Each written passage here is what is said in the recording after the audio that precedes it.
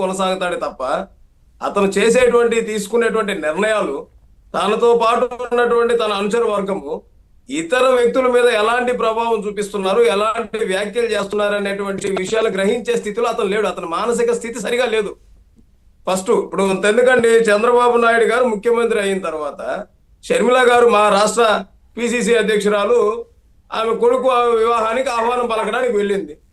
ఈ లోపల ఆమె పసుపు చీర కట్టుకుందని రకరకాలుగా క్యారెక్టర్ అసోసియేషన్ చేస్తే ఆ టైంలో కూడా ఇది కరెక్ట్ అయిన విధానం కాదని చెప్పేసి అని సదరు మన ఛానల్ వారే దాని గురించి ఆ సమస్య గురించి రైజ్ చేయడము, దాంట్లో మేము కూడా మాట్లాడడం జరిగింది. అయినా కూడా అతని మెచ్యూరిటీ లెవెల్ ఎలా ఉందంటే ఇంకా డిగ్రేడ్ గా దిగజారిపోతూ వస్తూ ఉంది. ఇలాంటి సందర్భంలో ఈరోజు ఈ ప్రశాంత్ రెడ్డి గారిది మరొక వివాదానికి తెరలేపినటువంటి ప్రసన్న కుమార్ రెడ్డి గారి మీద కూడా ఈ నేటికి కూడా చర్యలు తీసుకోకపోవడము చాలా జుగుత్సాకరమైనటువంటి చర్య ఇది. పైగా ప్రసన్న కుమార్ రెడ్డి గారి ఫ్యామిలీ బ్యాక్గ్రౌండ్ ఒక ఉన్నతమైన స్థితిగా జిల్లాలో విరజిల్లినటువంటి ఫ్యామిలీ నల్లపురెడ్డి శ్రీనివాసరెడ్డి గారి హయాంలో.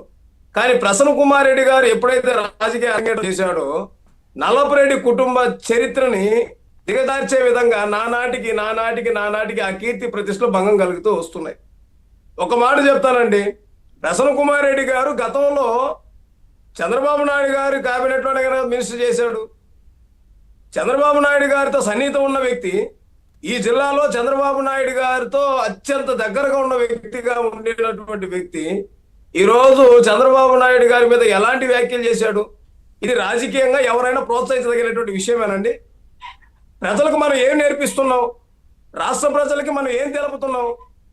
మన కింద పనిచేసేటువంటి కార్యకర్తలకి ఎలాంటి వాతావరణాన్ని మనం నేర్పిస్తున్నామనే సంగతిని మర్చిపోయాడు ప్రసన్న కుమార్ రెడ్డి ఎప్పుడో.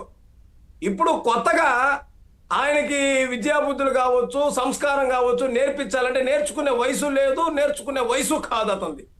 కాబట్టి ఇప్పటికైనా కూడా ముఖ్యమంత్రి గారు చంద్రబాబు నాయుడు గారు ఏం చేయాలనంటే క్రమశిక్షణ చర్యల్లో భాగంగా అతని మీద వెంటనే కఠినమైన చర్యలు, లా అండ్ ఆర్డర్ ఇష్యూ జరిగింది కాబట్టి ఇప్పుడు వాళ్ళ ఇంటి మీద ధ్వంసం చేశారంటే మహిళలకి కోపోద్రేకాలు అయితేనే కదా అవుతుంది.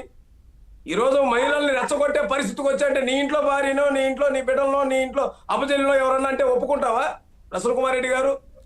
ఎప్పుడైనా కూడా ఎదుటి వ్యక్తుల్ని, ఇప్పుడు ఒక మహిళ అంటే ఏంటి, ఆయన రాజకీయంగా ఎదుర్కోలేకనే ఈ రకంగా వ్యక్తిగత దూషణలకు దిగుతున్నారు అనుకోవాలా? నేను నేను చెప్తున్నా. ఇప్పుడు ఒక మహిళ మీ ఘన చరిత్రని, నల్లపురెడ్డి కుటుంబ చరిత్రని నాశనం చేసేసాడు కదా, పూర్తిగా నేలమట్టం చేసింది కదా. మరి ఆ మహిళని నువ్వు సమర్థవంతంగా ఎదుర్కోవాలంటే ఏం చేయాలి? ప్రజల్లోకి వెళ్ళాలి, కార్యకర్తల్ని బలోపేతం చేసుకోవాలి, నియోజకవర్గం అంతా తిరిగి ప్రజల్ని చైతన్యవంతులు చేసుకోవాలి. నీకు నిజంగా పార్టీ మీద క్రమశిక్షణ ఉంటే, బాధ్యత ఉంటే, కమిట్మెంట్ ఉంటే నువ్వేం చేయాలి? పార్టీ కోసం క్యాడర్ని స్ట్రెంథన్ చేసుకోవాలి, కార్యకర్తల్ని అందరినీ పురికొల్పుకొని రోజుకొక గ్రామానికి వెళ్ళి ప్రజల సమస్యల్ని ప్రభుత్వ దృష్టికి, అధికారుల దృష్టికి తీసుకొని వెళ్ళి అధికార పార్టీ చేత వాళ్ళకి కావాల్సినటువంటి సహకారం అందించగలగాలి. నేను ఎమ్మెల్యే అయితేనే చేస్తాను, మాజీ ఎమ్మెల్యే అయితే చేయను అంటే అది నువ్వు రాజకీయ నాయకుడు కాదు.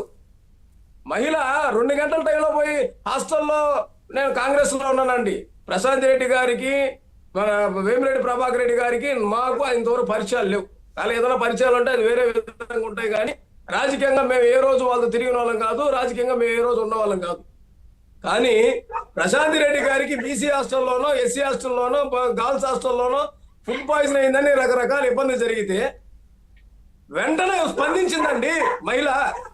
ఒక మహిళగా స్పందించింది, నేరుగా వెంటనే ఆమె అర్ధరాత్రి అపరాత్రి అని లేకుండా వెళ్ళి స్పందించింది. మేము చాలా సంతోషించాం, గర్వించాం.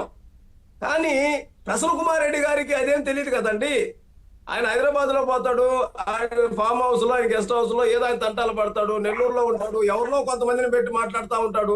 సెన్స్ ఉండాలి కదండి, కనీసం హ్యూమన్ బీయింగ్ ఉండాలి కదండి.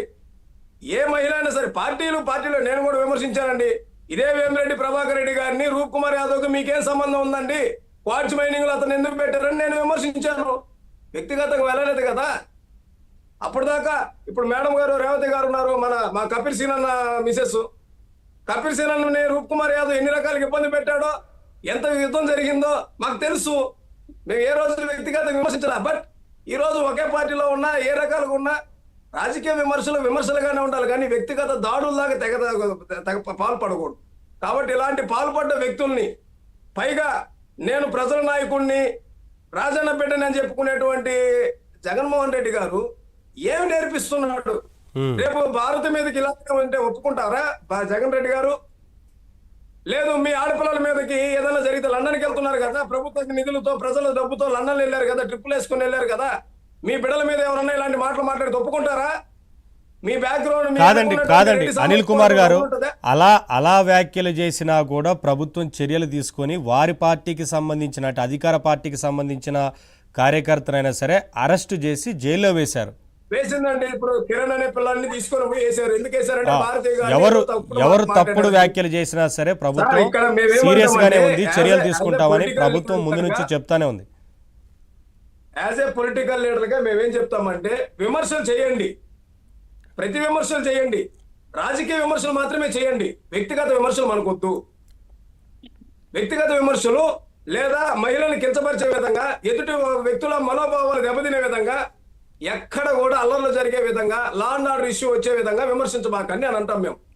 కాంగ్రెస్ పార్టీ సిద్ధాంతం ప్రకారం మేము నేర్చుకున్నది. ఇప్పుడు చంద్రబాబు నాయుడు గారు యాజ్ ఏ డిసిప్లినర్ గా ఉంటున్నారంటే కారణం ఏంటంటే good administration because of he is in work with the Congress party. అతను చరిత్రలో కాంగ్రెస్ పార్టీ సిద్ధాంతాన్ని అనుసరించాడు, ఒక క్రమశిక్షణ నేర్చుకున్నారు. దాని ప్రకారం